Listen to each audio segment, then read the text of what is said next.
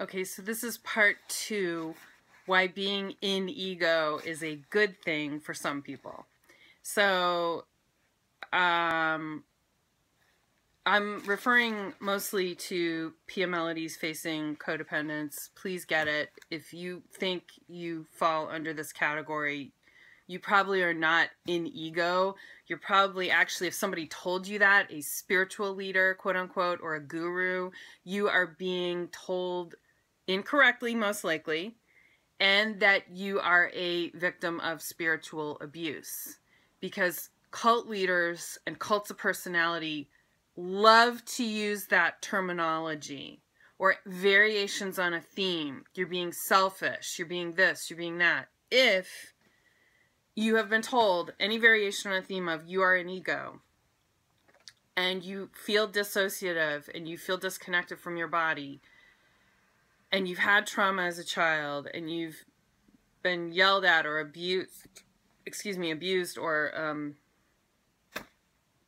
your needs were continually negated or neglected as a child on any number of levels, and you're basically seeking out the help of a spiritual leader, and they've told you you are an ego or some variation on that term. You are not an ego. You're probably codependent or a survivor of some kind of abuse or another. So, and you're probably slightly dissociative.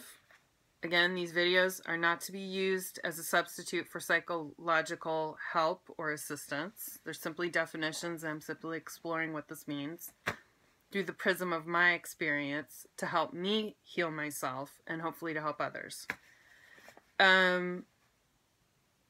But one of the things that happens with people who are obsessed with this idea that we're all an ego and it's a bad thing, quote unquote. That's another sign of being codependent. Codependents think in black and white terminology. They are not good with gray areas. Things are either all black, all white. Things are very polarized. And that probably comes from continually being told that your needs, your perspective, your wants doesn't matter. And if that happens enough, you will go to extremes. For instance, as an example, I know someone who I was speaking about my ex, who was very violent on every level you can imagine. And I was just telling her what had happened to me. And she's codependent, and she said, "You hate men." And I was like, I had to resist taking a sharp intake of breath and just sort of responding in a CPTSD response and just going off on her, because I didn't understand at the time that that is typical of codependents. They hear, you know, a really extreme account of something, and they assume that the person telling the story must be all this or all that. And they don't, I don't know if it's a cognitive function or something. And I love this person very much, but I was shocked. I was just kind of like, okay, that doesn't make any sense at all. No, I don't hate men. I hate douchey men. I mean, hate is a really strong word, but, you know, people who disrupt the point where you are in shell shock and you have post-traumatic stress disorder as a result of being in their life. Yeah, that qualifies as a douche, in my opinion. I don't care what their trauma was as a child at that point. At the point when they start repeatedly and chronically harming you to the point where you want to die just to get away from them, yeah, that's pretty douchey behavior, in my opinion. So I have no problem using the D word for that kind of behavior. But does it extend just to men? No. I'm an equal opportunity definer there in that regard, but I realize they're damaged people, but it's just, I'm just using that as an example that because codependents are, it's hard for especially level B codependents who are even more dissociative and have even a less sense of themselves, because remember, codependence is the disease of no self. It's not a disease. I don't know if it's a disease, but it's basically, it's just you have no sense of who you are. You don't know who you are. So that's been taken from you. That's not been allowed to bloom. And you can get it back. The good news is you can get it back, but you have to be willing to look at these patterns and gently and lovingly, you know, be kind to yourself instead of beating yourself with a wet noodle and saying, oh, I'm so an ego for wanting a cookie or wanting a boyfriend. Oh, I'm so an ego for wanting this or wanting that. You've been so pummeled your whole life from external forces. Usually many people, but often in your family of origin. You've been told, you don't deserve that. You don't deserve to live. I got told that a lot by a sibling.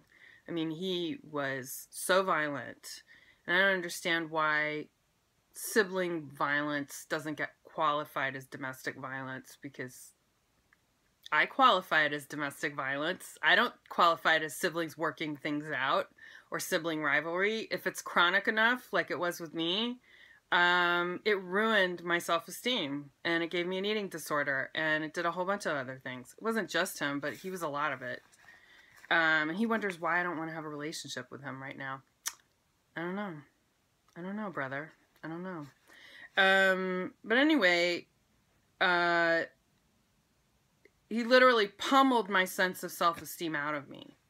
In addition to other family members, frenemies, you know, takes a village.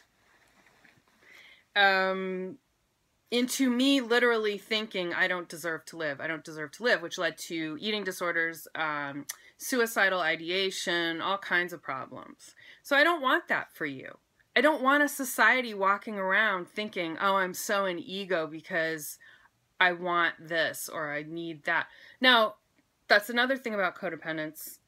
They don't distinguish their wants from their needs. They don't know the difference between their wants and their needs. So that's part of the journey, and it's beautiful, actually. I'm finding it's beautiful distinguishing my wants from my needs. For the first time in my life, I'm finding, oh, okay, I'm not going to substitute this for that. I'm going to find that this is actually what I need to be doing. You know, because I'm finally addressing what it is that I need to be doing. And if you can't get in touch with that, you're going to be running around trying to find this person and that person external to yourself instead of looking inside and focusing on you and fixing it so that you can repair it and get on with your life and be happy. Be genuinely happy instead of what somebody else defines as what should be happy for you, right? Which is what codependents do. So I'm just trying to shake you up and wake you up into saying that it's not wrong for you to want, and it's not wrong for you to need, but you have to learn how to know the difference between the two. That's really important. And the difficulty in owning our own reality, as Pia Melody says, is that it can cause biodysmorphia, which is your body. You don't even know your body. In the worst case scenarios, you don't even recognize your own body. But because of that, our physical reality is also what we look like. And I know it's so 3D, New Agers. I know it's so selfish and 3D and an ego to have a physical body that you have to move around in and wear clothes and stuff with, usually. Unless you're in a nudist colony, in which case, okay, maybe not. But you still need an apron when you cook, I would think. Keep the kibbles and bits from burning, but I digress.